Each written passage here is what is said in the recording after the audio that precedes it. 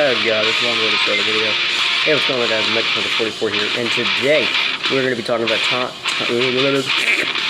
common misconceptions about psychology. Okay? Psychology is an incredibly popular topic in popular culture, but it has actually caused quite a few problems for psychologists because popular media is extremely good at getting things wrong. The problem is so great that many teachers find that incoming psychology majors have a very poor understanding of the subject and hold many ridiculous misconceptions. Some try to find this problem by addressing some of the more common errors at the beginning of the term. This is below are 10 of the most popular misconceptions about how psychology works, as well as an explanation as to why they are not true. Number 10. Criminal profiling. It's hard to turn on television these days without seeing a crime drama in progress. And in most of these dramas, psychology profiling of criminals has become a staple technique for catching serial killers and other violent criminals. But contrary to popular belief, profiling of criminals doesn't work very well. Some say that it is more of an art than a science, and many experts believe that there isn't enough evidence to support it, and that much more testing needs to be carried out. To make matters worse, most of these criminal profiles are actually based on anecdotes rather than actual science, and hardly any real objective testing has never been done to test the accuracy of these profiles. The crime dramas do have one thing right, though. Despite all the evidence that criminal profilers are hogwash, the FBI has actually expanded its use of them. Number 9. Reinforcement. Many people have a common belief that reinforcing behaviors is most effective if you reinforce behavior every time it occurs. An example of this would be to give a child a cookie every time they go to bed on time. But this is actually not a very effective method of teaching someone a behavior. Intermediate reinforcement is much more effective. Intermediate reinforcement has been proven to be much more effective at preventing the extinction of a particular behavior, which can occur if it has not been reinforced for a while.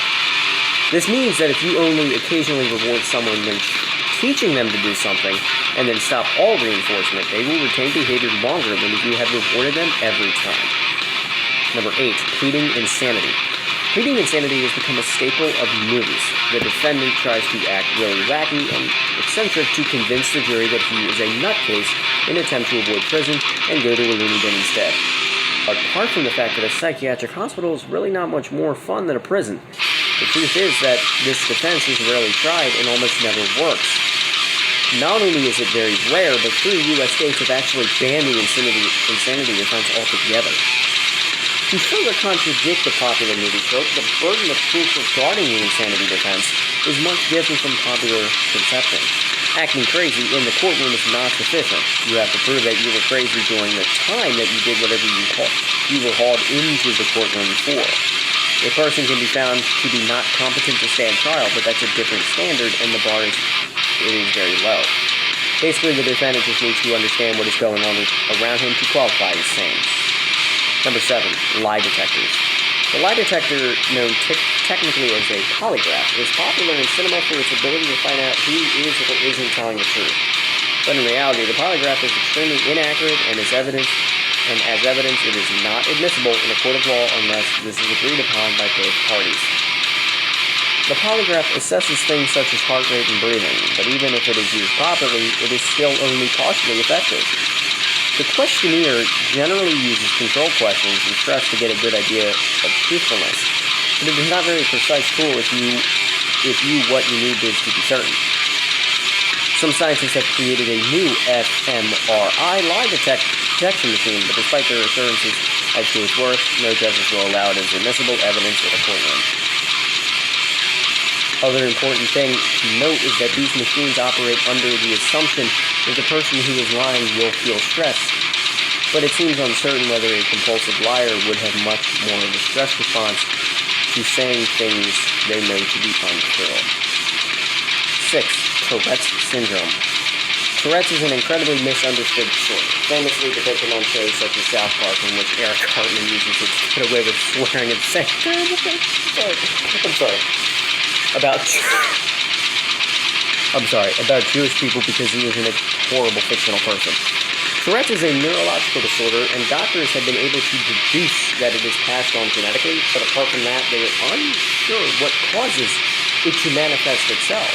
The biggest misconception about the disease is that it mainly involves shouting out vulgarities uncontrollably, but this is not true. Tourette's can indeed involve involuntary speech, though not always swearing, but it more commonly features various kinds of involuntary bodily tics. Someone with Tourette's might twitch uncontrollably or shake for no reason.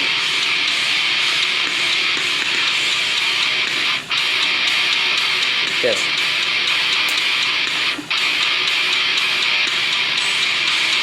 Number 5, midlife crisis. This is an incredibly popular belief, and it has become so pervasive that it is basically accepted as something that happens to men when they reach middle age. But according to many psychologists, it isn't really accurate at all. Not only do researchers say that this really isn't any specific point in your life that you are most likely to have a crisis, some say that middle age may be the happiest time of life for most people. According to experts, the truth is that at midlife, most people know who they want to be and are able to navigate life to the fullest. The biggest crisis actually happening when people are young and still full of relative confusion and insecurity. Number 4, blind visualization. Another popular belief is the idea that blind people can visualize someone's face by touching it to get an idea of what the general shape is. While there is some degree of truth to this, for those who are not blind from birth, those who have never seen anything are completely incapable of doing this. Interestingly, however, people do find ways to compensate. Blind people have been shown through studies to use the visual part of their brain to increase the strength of their auditory and topical senses. Other studies have been carried out which examine the ability of the blind to dream the images.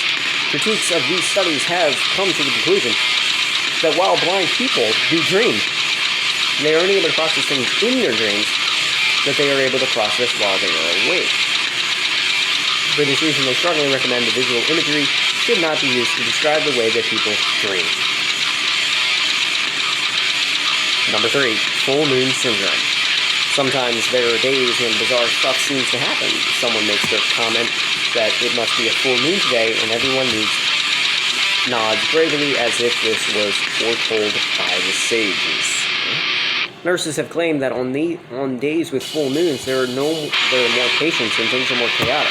Police claim that full moons make people more aggressive. The truth is that all of these claims and all of the popular superstitions are completely bullhockey. Studies have shown that there are more psychiatric visits, hospital visits, or problems with surgical procedures or epileptic attacks on the night of a full moon than any other night. Apart from a pair of conflicting studies with core controls, only one study has ever shown any possible link between the full moon and anything else. A study in Colorado with over 10,000 cases found that pets are more likely to be injured during a full moon. But other things could account for this. Some have suggested that it might be because pet owners are more likely to take their pet out on a brilliant lit night. I'm sorry that you had to witness that. Number 2, opposites attract. This is another myth that really doesn't die. Although there are certain degrees of truth to it, there are even songs about this, and the idea persists in countless movies and TV shows. But the evidence goes in quite the opposite direction. Studies have found that people claim to want someone different, perhaps because they watch too many movies, but actually tend to be more attracted to those who are a lot like them. Researchers also found that those who were opposites rarely end up in lasting relationships, mostly likely due to the lack of real chemistry, so it seems that opposites don't attract for very long. According to experts, the question is not really about the other person being opposite or even being like you. One psychologist explains that successful dating is more about finding someone that complements your personality, making it much more like the pieces of a jigsaw puzzle fitting together rather than a north and south magnet. Wow, that's a good one. And number 1, Sigmund Freud's theories. Sigmund Freud, however the freak you pronounce his name, is famous the world over for his theories. Unfortunately, most people know him for his wide theories about sex and for asking people about their dreams. It's Freud, Sigmund Freud, and his theories are deeply misunderstood. He had many wild theories about sex, mainly in regards to unconsciousness, sexual feelings in very small children who had hardly ever learned to reason. These theories are not really considered to be accurate today by psychologists, nor in hypnotherapy, a very popular accepted method for treating people.